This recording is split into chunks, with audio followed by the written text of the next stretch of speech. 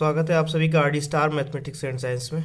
आज हम लोग यहाँ पर 8.2 एक्सरसाइज का 4 नंबर क्वेश्चन करने वाले हैं, जहाँ पर दिया गया है बताइए कि निम्नलिखित में से कौन कौन सत्य हैं या असत्य हैं, कार्ड सहित अपने उत्तर की पुष्टि कीजिए। तो सबसे पहला क्वेश्चन है आपका sine A plus B equal to sine A plus sine B. तो हम यहाँ पर कोई मान लेते हैं, जैसे हमने मान लिया ए बराबर ले लिया हमने 60 और बी बराबर ले लिया हमने 30। तो यहाँ रखते हैं मान और रखकर चेक करते हैं कि हमारा जो ये इक्वेशन दी गई है वो बराबर है, सही है या नहीं है। तो ये चेक करते हैं। तो यहाँ साइन 60 प्लस 30 इक्वल टू क्या हो जाएगा, साइन 60 प्लस साइन 30। अच्छा, साइन 60-30 मानने का रेशियो ये भी था क्योंकि हमें 60 और 30 को जोड़ेंगे तो 90, तो साइन 90 का मान हमें पता है, 60 का भी मान पता है और 30 का भी मान पता है। यदि हम ले लेते 45 और 30, तो 45 और 30 होता 75। तो 75 का मान निकालने में दिक्कत होती है और हमें जो साड़ी में दिए जाते हैं वो दिए जाते हैं 0, 30, 45, 60 एंड 90, इनके मान दिए जाते हैं। तो हमें चूँकि ये इक्वेशन सॉल्व करके देखनी है सत्य है या असत्य है, तो हम कोई ऐसा मान ले लेते हैं जिससे करने से आसानी हो जाए। तो ये हो जाएगा आपका साइन 90 और यहाँ पर साइन 60 का मान होता है आपका √3/2 और साइन 30 का मान होता है 1/2 और इधर आपका साइन 90 का मान होता है 1।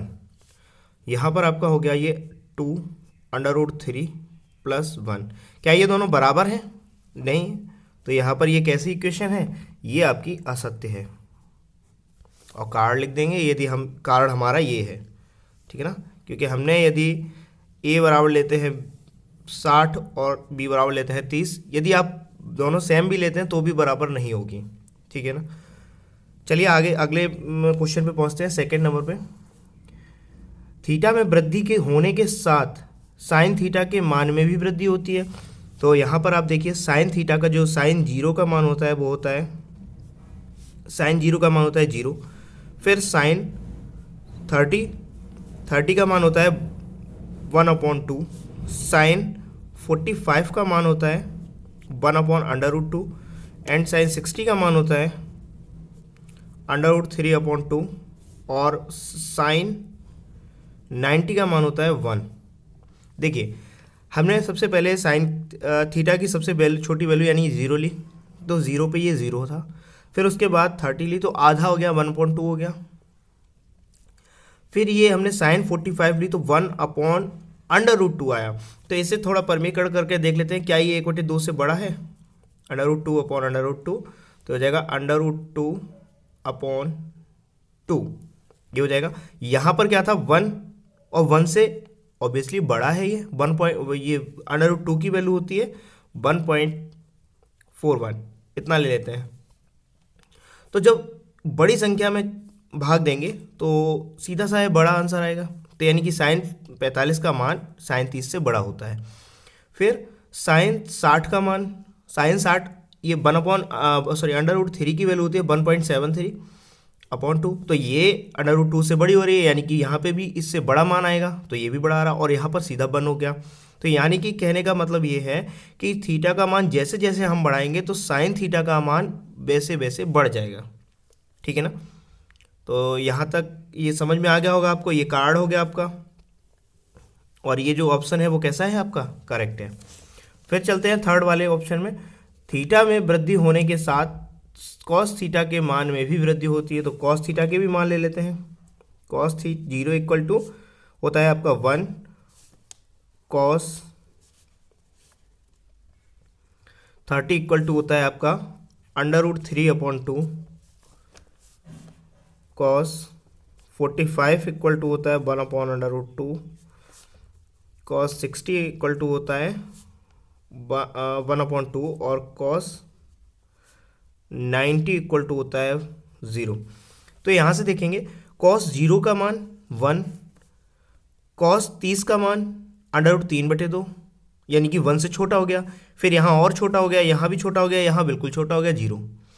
तो यहाँ पर तो घट रहा है और हमें क्या दिया गया है, थीटा में वृद्धि होने के साथ कॉस थीटा के मान में भी वृद्धि होती है। तो ये तो गलत है, क्योंकि हमने जो अभी इक्वेशन निकाली है यहाँ से हमने सभी के मान निकाल के देखा है, वहाँ पर हमने चेक किया कि थीटा का मान अगर हम बढ़ा रहे हैं तो उसके जो मान है वो घट रहा है, कॉस थीटा का मान घट रहा है। ठीक है ना। चलिए, फर्स्ट हो गया, सेकंड हो गया, थर्ड हो गया। अब आ रही है फोर्थ की। थीटा के सभी मानों पर sine theta equal to cos theta check करते हैं। तो sine theta equal to cos theta, सबसे पहले जीरो अंश ले लेते हैं, theta equal to zero, let theta equal to zero. तो sine zero equal to cos zero, और साइन जीरो की वैल्यू होती है जीरो और कॉस जीरो की वैल्यू होती है वन। तो ये क्या है, ये बराबर है? नहीं है। एक और ले लेते हैं, साइन 30 इक्वल टू कॉस 30। तो यहाँ पर साइन 30 की वैल्यू होती है 1/2 और कॉस 30 की वैल्यू होती है √3/2, नॉट इक्वल टू।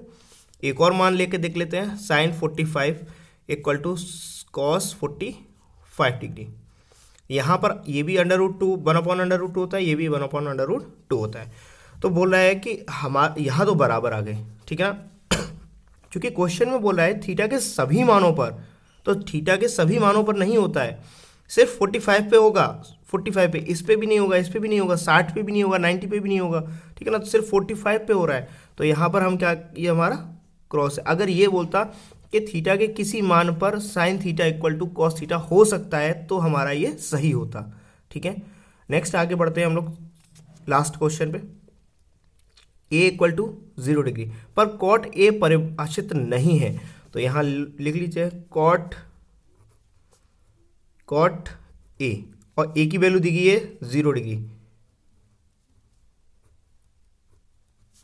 तो कॉट 0 की वैल्यू इन्फिनाइट होती है, परिभाषित नहीं है।